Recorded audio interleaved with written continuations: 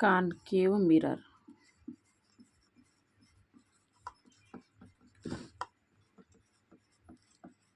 आज हम मिरर के कॉनकेव मिरर में क्या क्या आप टर्मिनोलॉजी इस्तेमाल करेंगे उसका नाम जानेंगे। कैसे?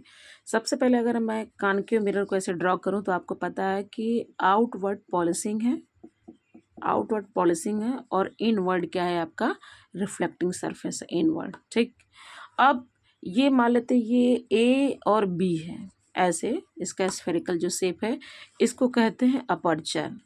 अपर्चर इसको कहते हैं अपर्चर, अपर्चर ए बी। ठीक है, अब इस अगर आप इसको ड्रॉ करें तो कहीं ना कहीं ये एक पूरा स्फेयर जैसा बनेगा, कुछ पूरा स्फेयर जैसा बनेगा, है ना, पूरा स्फीयर जैसा बनेगा।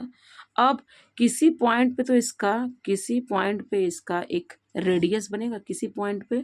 तो जिस पॉइंट पे इसका एक तरह से रेडियस बनता है, सेंटर ऑफ कर्वेचर जिस पॉइंट पे बनेगा उसको कहेंगे हम क्या, कि ये सेंटर ऑफ कर्वेचर है, सी है। तो सी को आप कहोगे क्या, सी को कहोगे centre of curvature, centre of curvature, curvature. फिर अगर इस सी को, ठीक है, सी को एकदम सीधी लाइन खींचिए और एकदम सीधी लाइन इसको काट दीजिए, एकदम सीधी लाइन। ठीक है, तो ये लाइन जहाँ पे अपर्चर को कट करती है उस पॉइंट को कहते हैं पोल, उस पॉइंट को कहते हैं पोल, जिसको हम पी से डिनोट करते हैं, ये पोल हुआ। ठीक है, और अगर आप देखेंगे कि ये जो सेंटर ऑफ कर्वेचर और पोल को जो लाइन मिला रही है इस लाइन को कहते हैं प्रिंसिपल एक्सिस, इस लाइन को कहते हैं प्रिंसिपल एक्सिस।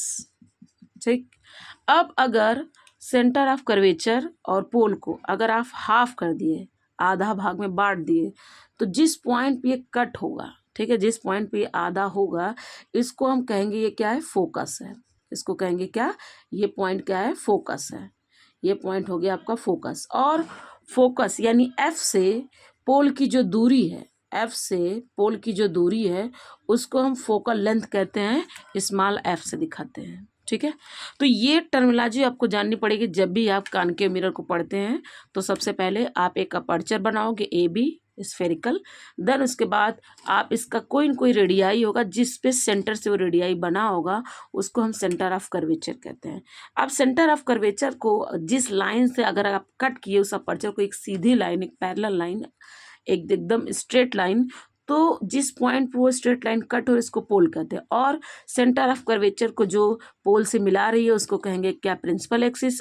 और जब आप सेंटर ऑफ कर्वेचर और पोल को मिला रहे हैं अगर उसको आधा कर दें तो जिस पॉइंट पे आधा हो रहा है उसको कहेंगे हम फोकस। और फोकस से पोल की जो डिस्टेंस है वही आपका क्या होगा, फोकल लेंथ। तो आप दूसरी भाषा में ये भी कह सकते हो क्या, कि फोकल लेंथ किसके बराबर है, अगर मैं सेंटर ऑफ कर्वेचर और पोल का जो डिस्टेंस एक्चुअली वो उसके रेडियस के बराबर है, उसके रेडियस के बराबर है, तो हम ये लिख सकते हैं क्या, कि आर बराबर 2f। क्योंकि हमने क्या कहा कि ये क्या है, इसका एकदम आधा है, मिड पॉइंट है ना, तो जितना ये लेंथ उतना ये लेंथ, तो ये टोटल लेंथ आपका r है। तो ये f यहाँ पर भी एक f की दूरी यहाँ पर भी होगा, उसके इक्वल होगा, तो यानी r इक्वल टू आपका बन जाएगा क्या, 2f।